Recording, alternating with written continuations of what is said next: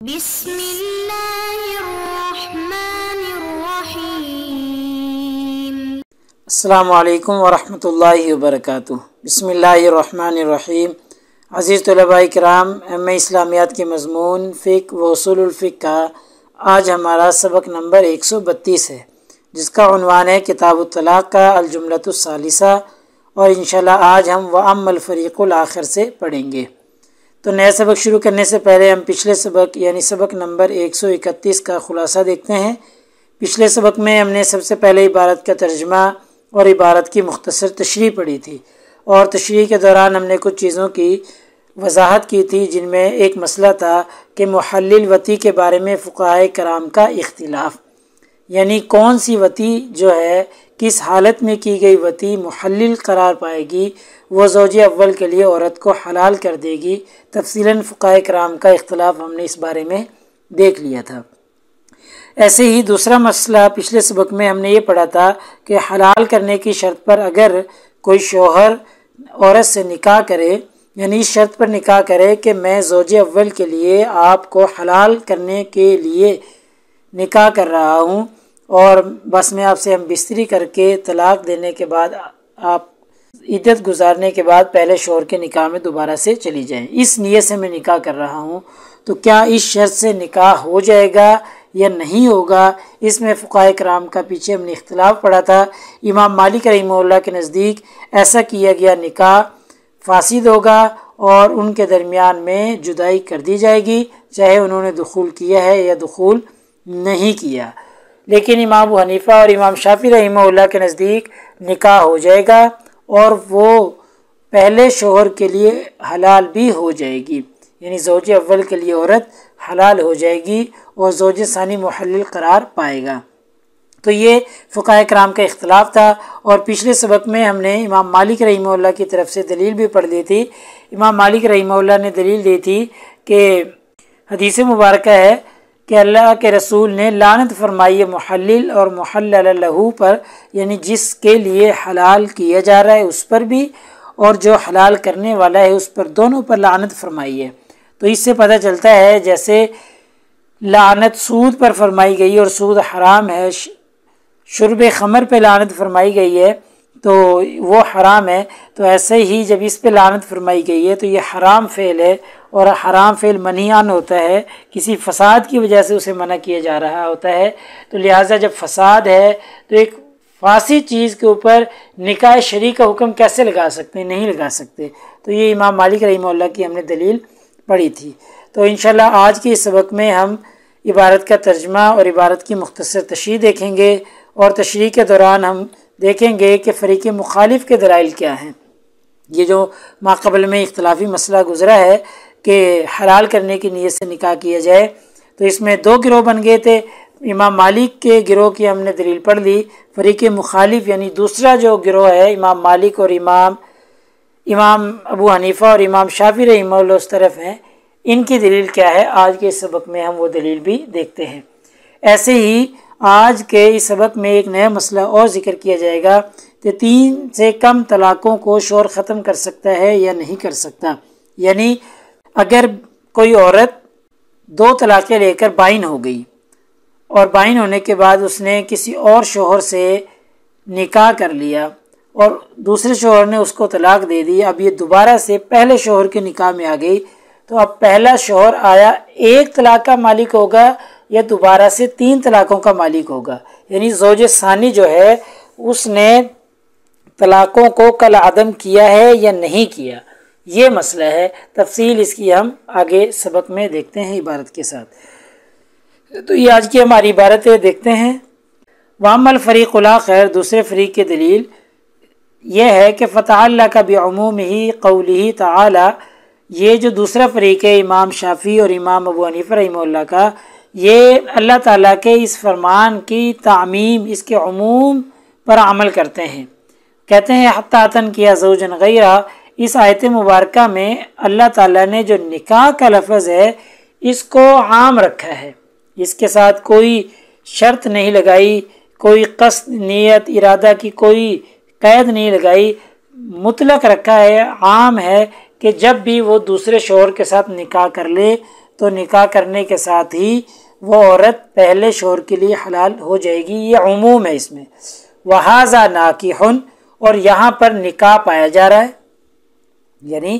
اس شرط کے ساتھ جب نکاح کرے گا کہ میں اس کو حلال کر دوں گا دوسرے زوج اول کے لیے، تو اس نیت کے ساتھ نکاح ہو رہا ہے تو وہاں نکاح تو پایا جا رہا ہے نا۔ یہ جو عام لفظ تن کیا کہ نکاح ہو، تو وہ ناکیون، ہاذا ناکیون، یہاں پر نکاح کی صورت پائی جا رہی ہے۔ وقالو، اور یہ فقہا کہتے ہیں لیس فی تحریم قصد التحلیل ما يدل على ان عدمه شرط فی صحت النکاح۔ یہ ذرا باریک بات ہے، دھیان سے سمجھیے گا اس کو، کہ حلالہ کے ارادہ کی جو حرمت ہے، اس حرمت سے لیسا ثابت نہیں ہوتا ما يدل على ان عدمه شرط فی صحت النکاح، کہ صحت نکاح کے لیے حلالہ کا ارادہ نہ ہونا شرط ہے۔ دوبارہ سے دیکھیں کہ جو یہ کہا گیا ہے نا کہ حلالہ کے ارادہ کی حرمت، قصد تحلیل، حلالہ کے ارادہ کی حرمت، اس سے یہ ثابت نہیں ہوتا کہ یہ صحیح نکاح یا نکاح کی صحت کے لیے اس کا نہ ہونا شرط ہے، یہ کوئی لازمی بات نہیں ہے۔ نکاح جو یہ حلالہ کے ارادے سے نکاح کرنا ہے، اپنی جگہ یہ حرام ہے، ٹھیک ہے، غلط بات ہے، لیکن اس کی حرمت سے یہ ثابت نہیں ہوتا کہ جی نکاح صحیح کے لیے اس کا نہ ہونا شرط ہے، یہ اس سے ثابت نہیں ہوتا۔ یہ ایسے ہی ہے کما انہ لیس النہی عن الصلاۃ فی الدار المغصوبہ، کہ جیسے کسی غصب شدہ گھر میں نماز پڑھنا۔ اب غصب شدہ گھر میں نماز پڑھنے کی ممانعت تو موجود ہے، یہ غلط بات ہے، لیکن اس سے یہ ثابت نہیں ہوتا کہ نماز کی صحت کے لیے ضروری ہے کہ جہاں پر نماز پڑھے اس جگہ کا مالک بھی ہو، اس سے یہ ثابت نہیں ہوتا، ملکیت ثابت نہیں ہوتی۔ جیسے مغصوبہ گھر ہے، اس میں کوئی شخص نماز پڑھ رہا ہے تو شریعت نے اس سے منع کی ہے کہ غصب شدہ زمین کے ٹکڑے پر، زمین کے حصے پر نماز نہ پڑھی جائے، لیکن اس سے یہ ثابت نہیں ہوتا کہ بھئی نماز پڑھنے کے لیے شرط ہے کہ جہاں بھی نماز پڑھی جائے، جس بھی گھر کمرے میں نماز پڑھی جائے، وہ شخص اس کا مالک ہو، اس سے یہ ثابت نہیں ہوتا۔ یعنی صحت الصلاۃ، نماز کی صحت کے لیے یہ شرط ہے، اس سے یہ ثابت نہیں ہوتا۔ تو اسی طریقے سے یہاں پر بھی ہے کہ نکاح کی صحت کے لیے حلالہ کی نیت کا نہ ہونا شرط نہیں ہے، یہ ضروری بات نہیں ہے۔ ایسے ہی اس کا ترجمہ دیکھ لیں، کما انہ لیس النہی عن الصلاۃ فی الدار المغصوبہ، جیسے غصب شدہ گھر میں نماز پڑھنے کی نہیں، لیسا، اس سے یہ ثابت نہیں ہوتا مما یدل علی ان من شرط صحت الصلاۃ، کہ نماز کی صحت کی شرائط میں سے ہے یہ، یعنی کہ مالک ہونا گھر کا، صحت ملک البقعۃ، گھر کا مالک ہونا، اب الاذن من مالک یا فی ذالک، یا جہاں نماز پڑھ رہا ہے وہاں پر مالک کی اجازت لینا، یہ نماز کی صحت کے لیے شرط نہیں ہے۔ قالو، فقہا یہی کہتے ہیں دوسرے یعنی فریق ثانی والے، وَإِذَا لَمْ يَدُلُّ النَّهْيُ عَلَى فَسَادِ عَقْدِ النِّكَاحِ فَأَحْرَى أَلَّا يَدُلَّ عَلَى بُطْلَانِ التَّحْلِيلِ۔ تو اِذَا لَمْ يَدُلُّ النَّهْيُ عَلَى فَسَادِ عَقْدِ النِّكَاحِ، جب اس سے نکاح کے فاسد ہونا یہ ثابت نہیں ہوتا، یعنی لم يدل النہی، جب اس سے نکاح کا فاسد ہونا ثابت نہیں ہوتا تو فاحرا اللہ يدل علی بطلان التحلیل، تو پھر یہ تو زیادہ اولا ہے، بدرجہ اولا اس سے حلالہ کا باطل ہونا ثابت نہیں ہوگا۔ یعنی یہ جو حتی تنکیح زوجن غیرہ والی قرآن مجید کی آیت مبارکہ ہے، جب اس سے عقد نکاح کا فساد ثابت نہیں ہوتا تو اس سے پھر حلالہ کا بطلان کیسے ثابت ہو جائے گا؟ پھر حلالہ کا بطلان بھی اس سے ثابت نہیں ہوگا، لہٰذا پھر عقد فاسد میں ہی اگرچہ کیوں نہ ہو وہاں نکاح کی صورت پائی جا رہی ہے، تو پھر بھی امام ابو حنیفہ اور امام شافعی رحمہ اللہ کے نزدیک وہ عورت زوج اول کے لیے حلال ہو جائے گی، لیکن امام مالک رحمہ اللہ کہتے ہیں نہیں ہوگی، چونکہ عقد فاسد ہے اس لیے نہیں ہوگی۔ وَإِنَّمَا لَمْ يَعْتَبِرْ مَالِكٌ، یہاں سے ایک اور الگ چھوٹا سا مسئلہ ہے کہ امام مالک رحمہ اللہ نے اعتبار نہیں کیا عورت کی نیت کا، یعنی جو ہم نے پیچھے مسئلہ پڑھا تھا نا کہ مرد کی نیت کا اعتبار کیا جائے گا نکاح میں، عورت کی نیت کا اعتبار نہیں کیا جائے گا۔ کیوں؟ وہ انہوں نے کیوں ایسا کیا ہے؟ لِأَنَّهُ إِذَا لَمْ يُوَافِقْهَا عَلَى قَصْدِهَا، کہ اگر مرد جو ہے وہ اس کے ارادہ سے متفق نہ ہو تو لم یکن لقصدها معنی، تو پھر اس کے ارادے کا کوئی معنی ہی نہیں ہوگا، عورت کی پھر نیت کا کوئی فائدہ ہی نہیں ہوگا۔ مع ان طلاق لیس بیدیہا، اور آپ کو یہ بھی پتہ ہے کہ جو طلاق کا معاملہ ہے وہ عورت کے ہاتھ میں نہیں ہے بلکہ وہ مرد کے ہاتھ میں ہے، لہٰذا مرد کی نیت کا اعتبار کیا جائے گا۔ امام مالک رحمہ اللہ کے نزدیک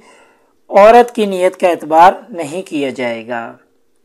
آگے دیکھیں، یہاں سے ایک الگ اور نیا مسئلہ بیان کیا جا رہا ہے۔ وَاخْتَلَفُوا فی، اس مسئلے میں فقہاء کرام کا اختلاف ہے، هل يهدم الزوج، کیا شوہر منہدم کر دے گا، ختم کر دے گا،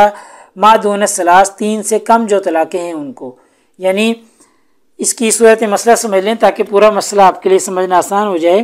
کہ ایک شوہر ہے، اس نے اپنی بیوی کو طلاق دی، ایک طلاق، اور وہ عدت گزار کے بائنہ ہو گئی، بائنہ ہونے کے بعد اس نے کسی دوسرے شخص سے نکاح کر لیا، پھر دوسرے شخص نے بھی اس کو طلاق دے دی، طلاق دینے کے بعد ابھی اس نے دوبارہ پہلے شوہر سے نکاح کر لیا، تو آیا اب یہ پہلے شوہر سے نکاح جب اس نے کیا ہے تو جو یہ زوج اول تھا اس کا،